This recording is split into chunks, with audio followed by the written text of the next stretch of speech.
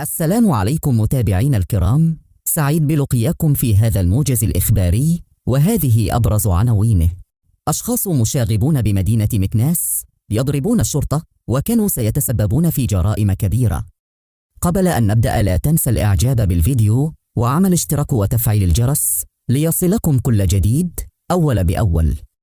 إليكم التفاصيل.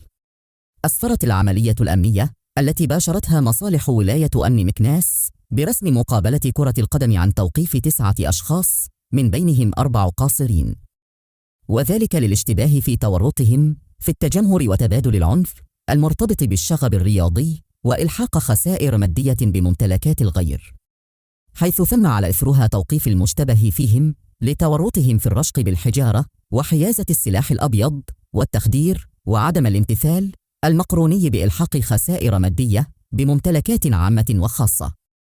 وأوضح المصدر الأمني ذاته أنه تعرض جراء أعمال الشغب هاته 8 من موظفي الشرطة لإصابات جسدية نقلوا على إثرها للمستشفى، فضلاً عن تسجيل خسائر مادية بسيارات خاصة ودراجات نارية تابعة للأمن الوطني.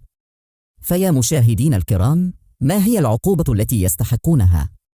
اتركوا لنا وجهة نظركم في التعليقات.